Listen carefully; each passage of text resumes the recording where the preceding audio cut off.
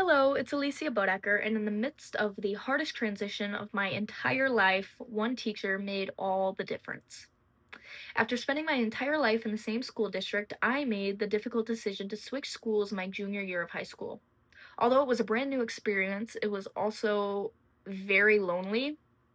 I ventured down hallways that I didn't recognize and into classrooms that felt completely foreign to me. However, in the middle of all of that uncertainty, Miss Hancock became not only a friend and not only a mentor, but also a hero. Miss Hancock will forever be my favorite teacher of all time because she treats her students as equals, she has a bubbly personality, and she personally helped me get through my last 2 years of high school. First of all, Miss Hancock will forever be my favorite teacher of all time because she treats her students as equals. She really listens, she really cares about what you have to say, no matter what it may be, no matter what subject, no matter what topic. She is going to give you input and advice and really try to help you with your struggles. Conversations felt mutual in her classroom. She was always open to open-ended conversations. We didn't have to raise our hand. We didn't have to do any of that. She quite literally just held conversations and let us all freely think and speak and listen to us. And our voices were worth hearing to her, which is why when we would have these conversations, she would use them to create study guides that really captivated us, which in turn helped us learn better. Next, Miss Hancock will forever be my favorite teacher of all time because she has a very unique and very bubbly personality.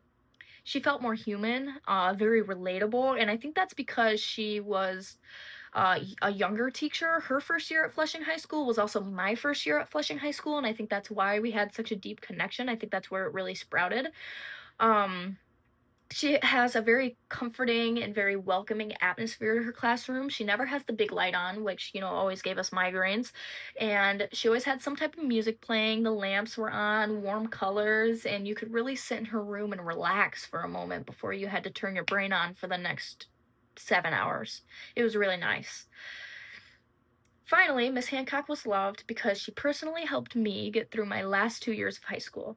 I ate lunch in her classroom every single day, and we had the most refreshing, deep, and like passionate conversations ever.